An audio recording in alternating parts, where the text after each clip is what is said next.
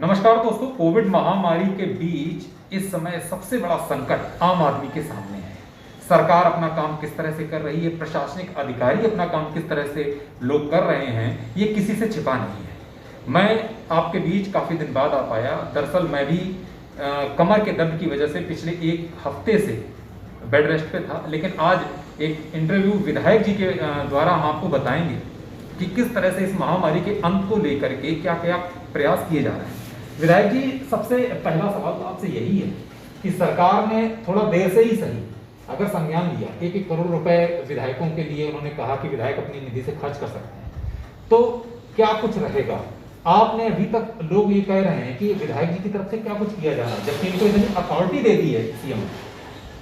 देखिए, आज से लगभग 12 दिन पहले ईएसआई हॉस्पिटल के अंदर district magistrate, CDO, CMO, ACMO, Banshidhar Tiwari सारे अधिकारी मौजूद थे। मैंने वहाँ मीटिंग ली और मैंने डीएम के सामने कहा, जी मेरे को ये प्रस्ताव बना के दें, मैं चाहता हूँ फ्लो मीटर आए, ऑक्सीमीटर, मास्क आए, ऑक्सीजन मास्क आए, छोटे सिलेंडर आए, जो सामान पब्लिक की आवश्यकता है वो तत्काल मंगाओ। जब मुझे पार्टी हाईकमान से, मुख्यमंत्री जी के यहाँ से निर्देश है कि इसके लिए एमएलए फंड से पैसा दिया जाए, मैं जब पैसा देने को तैयार हूं, उनसे को तत्काल मुझे प्रस्ताव दें। फिर माननीय यशपाल आर्य मंत्री जी, उनके द्वारा बड़ी बैठक ली गई कलेक्ट्रेट के सभागार में। मैंने उस समय भी डीएम के सामने और मंत्री के सामने, सारे अधिकारियों के सामने, फिर सीएमओ से कहा, मैंने कहा अभी तक प्रस्ताव नहीं मिला, वो प्रस्ताव दीजिए, क्योंकि मेरे को इतना अधिकार नहीं है कि मैं सीडीओ साहब से 1 करोड़ रुपए नकद ले लूं और जाके सामान ले आऊं। ये अधिकार सिर्फ अधिकारियों को। मैं तो जो वो प्रस्ताव देंगे उस पर अपना सहमति पत्र दूंगा मुख्य विकास अधिकारी को कि मेरी विधायक निधि से मेरी सहमति है, इतना रुपया मुख्य विकास अधिकारी को अवमुक्त कर दिया जाए। उसके बाद 5 बार, कल भी मैंने कहा, 5 बार मैं मुख्य विकास अधिकारी को कह चुका हूं, डॉक्टर पंचपाल को, कि भाई वो प्रस्ताव का क्या हुआ, मुझसे पैसा लो भाई। मीडिया में आ रहा है विधायक लोग पैसा खर्च करना चाहते हैं और आप प्रस्ताव नहीं दे रहे। मैंने कल भी समझाया उनको, देवेंद्र पंचपाल जी को, जो हमारे सीएमओ हैं, लेकिन भैया वो प्रस्ताव नहीं दे रहे। पब्लिक त्राही कर रही है। हमको इतनी पावर नहीं है कि हम मुख्य विकास अधिकारी से पैसा ले सके। पहली बात तो वहां से पैसा नहीं मिलेगा, फिर पैसा मिलेगा भी तो सामान कहां से खरीदना मुझे नहीं पता, ये सब सीएमओ को पता है। सीएमओ प्रस्ताव बनाए तो मैं धनराशि देने को तैयार हूं। तो मतलब जनता पिस रही है, लेकिन अधिकारी अपना गुणवत्ता नहीं दिखा पा रहे हैं। देखिए, आपके सामने आप सीएमओ साहब से पूछ सकते हैं, डिस्ट्रिक्ट मजिस्ट्रेट से पूछ सकते हैं, जितने नाम मैंने आपको बताया, सीडीओ साहब, एसीएमओ, इनसे पूछ सकते हैं। कितनी बार मैं मांग चुका हूं प्रस्ताव, जब मैं सब अधिकारियों के सामने प्रस्ताव मांग रहा हूं, यहां तक कि कोविड के प्रभारी मंत्री यशपाल आर्य जी के सामने प्रस्ताव मांग चुका हूं, अभी तक प्रस्ताव मुझे नहीं मिले। मेरा लेटर पैड एकदम तैयार है, मुझे 4 लाइनें लिखनी है कि सीएमओ साहब का यह प्रस्ताव है, इतने लाख रुपए का इनका एस्टीमेट है, इस प्रस्ताव के सापेक्ष इतना रुपया मैं विधायक निधि से जारी करने की संतुष्टि करता हूं। विपक्षी लोग लगातार आपको घेरे में लेने की कोशिश करते हैं। हालांकि कोविड का इस समय संक्रमण काल चल रहा है, मुझे लगता है कांग्रेस हो या भाजपा हो या जो दूसरे अन्य दल हैं, वो समाज सेवा का काम कर रहे हैं, जो कि एक बड़ी बात है, एक बड़ी पहल है। लेकिन कहीं ना कहीं निशाने पे विधायक टकराव फिर भी आ जाते हैं बहुत सारी चीजों को लेकर के। उस विषय में क्या है? 24 घंटा आप मेरे साथ रह के देखिए, 24 घंटा आपको मालूम पड़ जाएगा मैं दिन भर में क्या करता हूँ। जितने लोगों को रेमडेसिविर इंजेक्शन मैंने दिलवा दिए हैं, किसी ने दिलाया। जितने लोगों को मैं एडमिट करा चुका हूँ विभिन्न हॉस्पिटलों में, जितनों को मैं ऑक्सीजन सिलेंडर दिला चुका हूँ, जितनों को वेंटिलेटर की सुविधा दिला चुका हूँ, जितने चिकित्सालयों में डॉक्टरों को रिक्वेस्ट करके मैं लोगों को भर्ती करा चुका हूँ, आज तक किसी नेता ने नहीं कराया होगा। मेरा दिन भर यही काम है, मेरा मेरे छोटे भाई का। एक फोन से मैं सुनता हूँ और दूसरे फोन से उसका निदान करने का प्रयास करता हूँ। मेरा दिन भर यही लेबर है। ये मुझे एडिशनल काम मिला है, ये मानवता की रक्षा करने का सवाल है।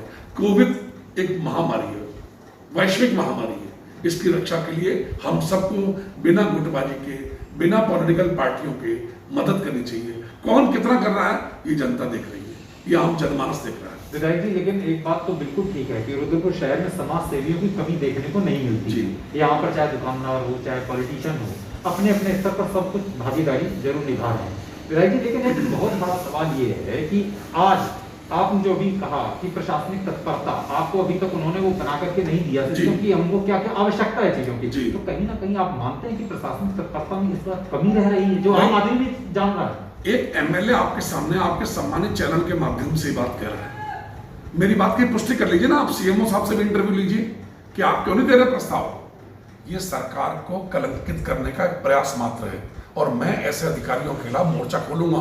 अपने माननीय मुख्यमंत्री, अपने नेता को बता के मैं निश्चित रूप से ऐसे अधिकारी जो आक्रमण है, आलसी, जिनकी इच्छा शक्ति खत्म हो गई है, ऐसे लोगों के खिलाफ मैं मोर्चा खोलूंगा।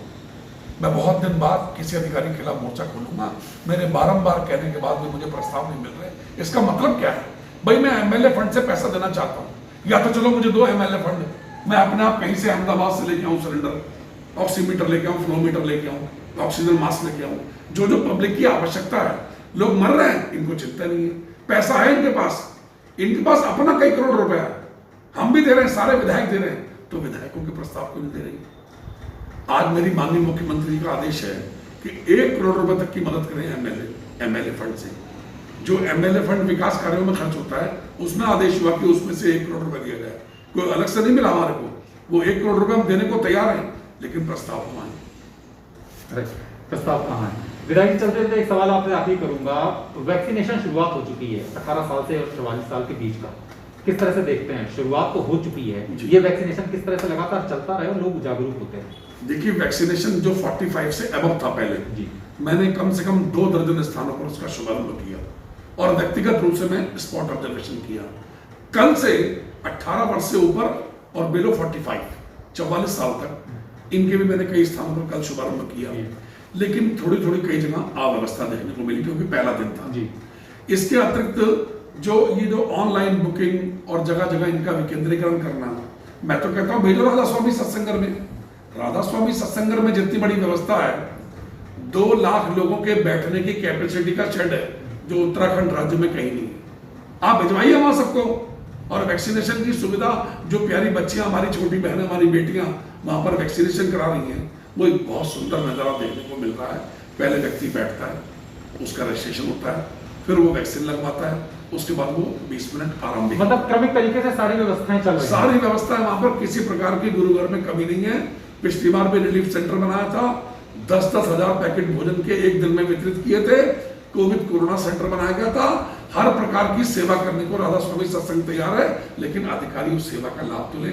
आज क्या हो रहा है, जहां जहां वैक्सीनेशन की सुविधा है, वेरी कंजेस्टेड एरिया, आप कोरोना को भगाना चाहते हैं, आप कहते हैं सामाजिक दूरी बनाओ, एक दूसरे को टच मत करो, लेकिन वर्तमान में कल क्या हुआ है, ये एक अव्यवस्था का प्रश्न है। मेरा आग्रह है, तो मतलब आप जो कह रहे हैं कि कल क्या हुआ, तो कहीं ना कहीं ये अपने शीर्षस्थ लोगों पर भी सवाल है।